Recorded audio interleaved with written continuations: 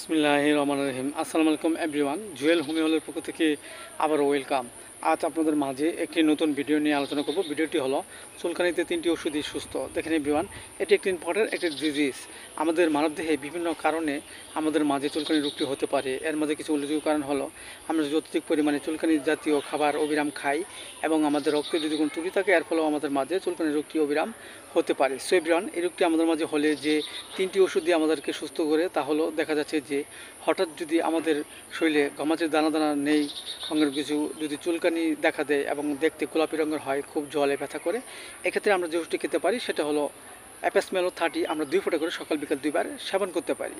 এবং দেখা যাচ্ছে যে আমরা যদি পানিতে নেমে অভ্যস্ত সব সময় আমরা কাজ করি এবং এর ফলে যদি আমাদের শরীরে চাকা চাকা বর্ণ হয় এবং প্রচুর ব্যথা করে জলে, এক্ষেত্রে আমরা যে ওষুধটি খেতে পারি সেটা হলো রাস্টক্স 30। আমরা 2 ফোঁটা করে সকাল বিকাল 2বার সেবন করতে পারি।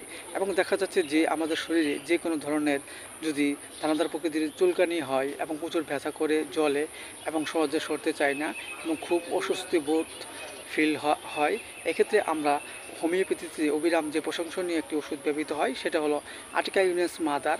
আমরা 10 ফোঁটা করে সকাল বিকাল 2বার সেবন করতে পারি। এতে করে আমাদের মাঝে যে চুলকানি রোগটি দেখা দিচ্ছে তা আস্তে আস্তে ভালো হয়ে যাবে এবং সুস্থবোধ ফিরে আসবে। সো এভরিওয়ান, ভিডিওটি ভালো লাগলে অবশ্যই আপনারা লাইক দিবেন, সাবস্ক্রাইব করবেন। সবাই ভালো থাকেন, সুস্থ থাকেন। Thank you so much.